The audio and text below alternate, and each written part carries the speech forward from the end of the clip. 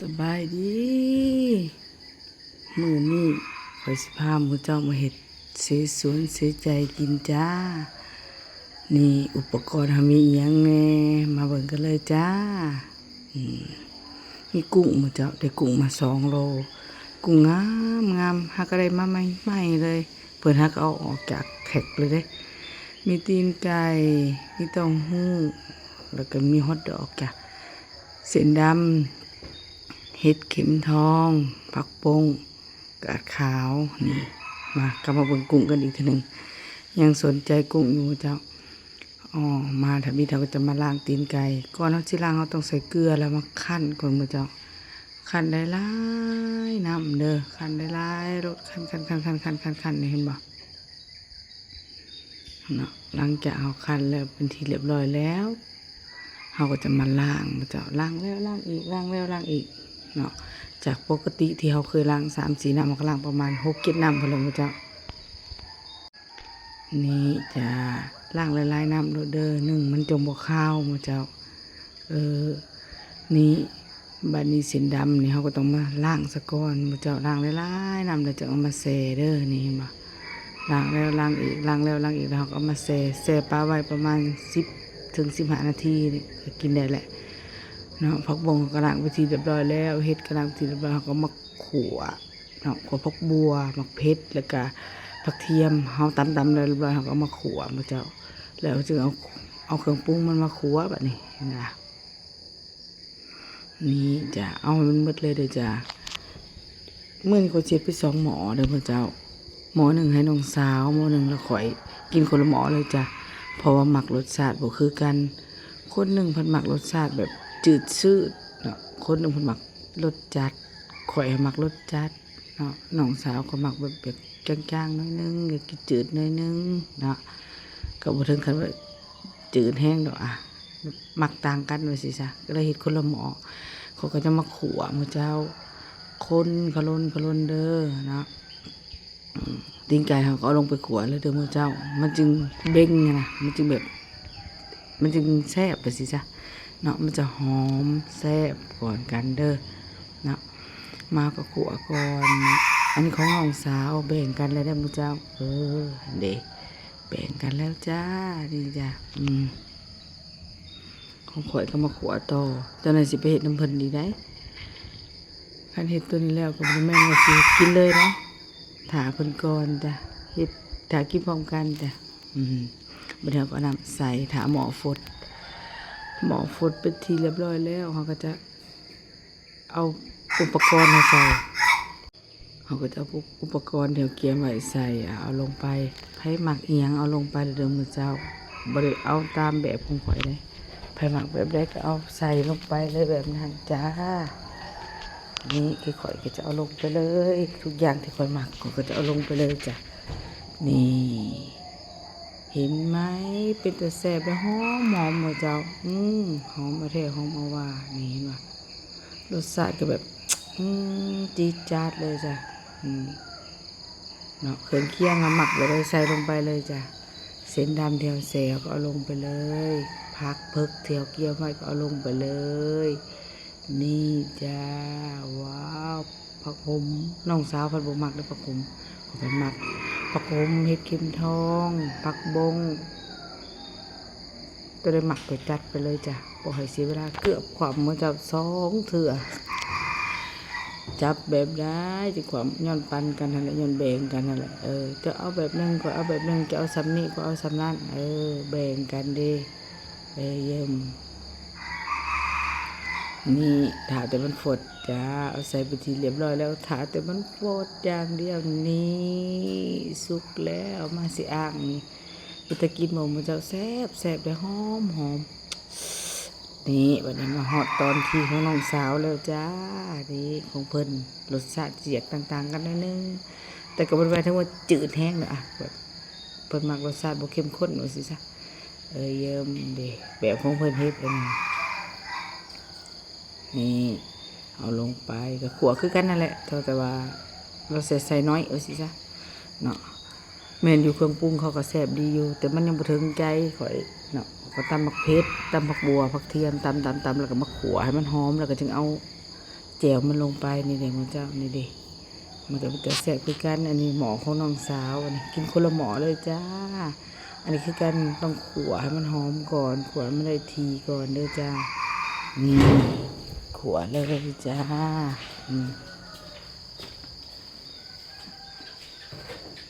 ขั่วมันหอม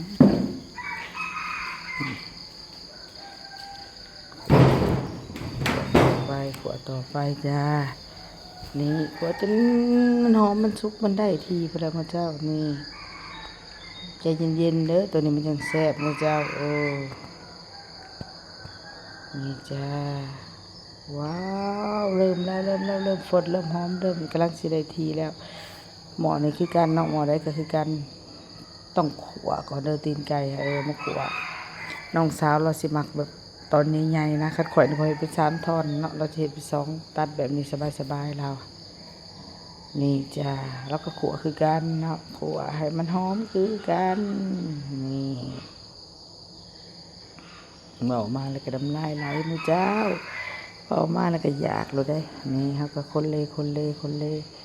ว่าไงให้มันสุกก่อนนะตีนไก่เกือบสุกไปแหละสุกแล้วเพิ่นใส่พริกไทยได้ข่อยบ่หม้อของข่อยบ่ใส่แล้วเพิ่นหมักเนาะนี่เริ่มหม้อใกล้สิฟดแล้วจ้าแล้วหมักขล้นแล้วนะเราขล้นตลอดเลยเรายังติดหมอเรา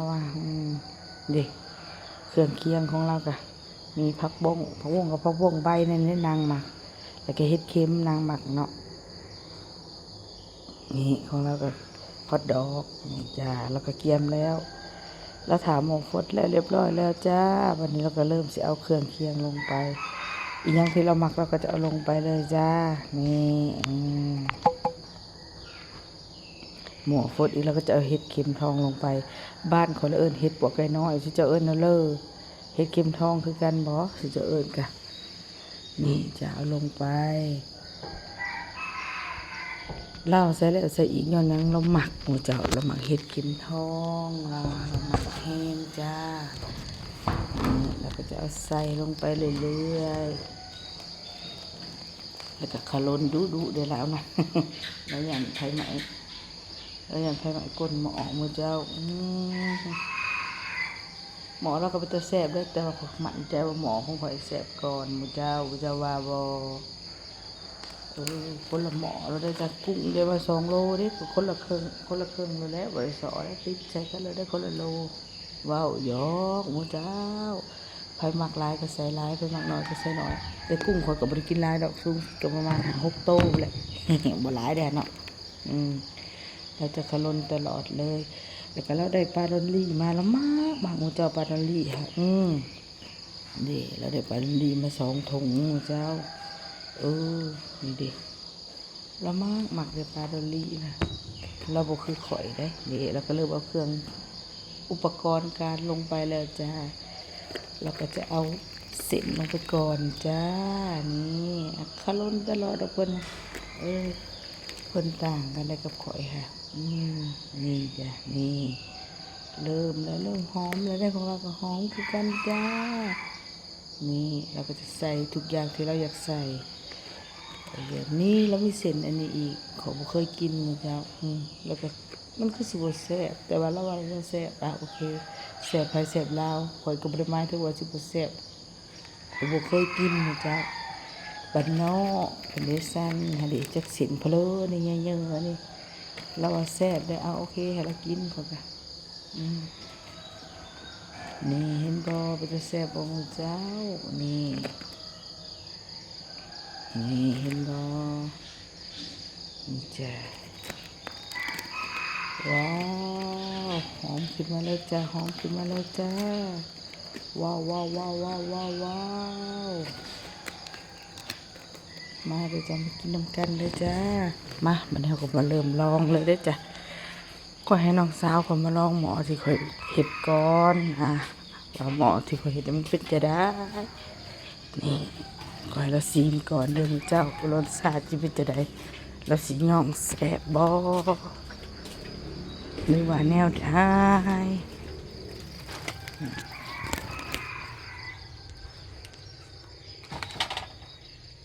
นี่จ้า มากินน้ำกันเลยเด้อหมูเจ้า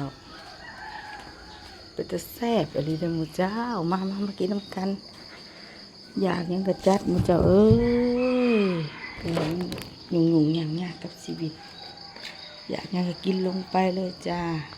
นี่หักตัวเองให้ละลายเด้อหมูเจ้าก็ต้องไปหักแนวอื่นมาเป็นจะแซ่บจะได้ขอกินนะหมูเจ้าถือใจเด้หมึกหมอบักใหญ่มันสิเมิดบ่นี่น้องสาวก็เยอะแล้วอ้าวเจ้ากินละลายเด้อกุ้งนี่เด้อพอสักให้เพิ่นก็เยอะนะตอนหน้าเป็นหมอเพิ่นโอ้ยขอลืมถ่ายมาเจ้าเพิ่นเนาะแข่งกันกินซะว่ะคนละหมอเลยนะหมูเจ้านี่ว้าตัวคันข่อยได้กินแล้วถึงคันว่าได้ยกโป้เลยสั่นหัวแล้วถือว่าสุดยอดเลยหมูเจ้าเข้มข้นเลยแซ่บหมูเจ้าโอ้ยจะใครได้กินนำกันเด้มาสุดยอดเลยจ้านี่จ้านี่ตอนอยากอะไรก็เป็นจะแซ่บแล้วหมูเจ้าเนาะงีบเอา คนเดียวนี่มาเบิ่งเด้อว่าสิมดหรือบ่มดเด้อจ้ะบ่มดก็ยังน้อยหนึ่งไปคนมากินหมูเจ้าเขามากินแบบนี้แซ่บไปเลยได้นี่เห็นไหมว่าเส้นก็บ่ต้องให้มันเปื่อยลายเด้อหมูเจ้ามันหนึบหนักพอดีงามแซ่บไปเลยโดนใจคนเลยนะเขาเขามากินเส้นหมูเจ้ากินเส้นแล้วคือว่ามันแซ่บแซ่บว่านี่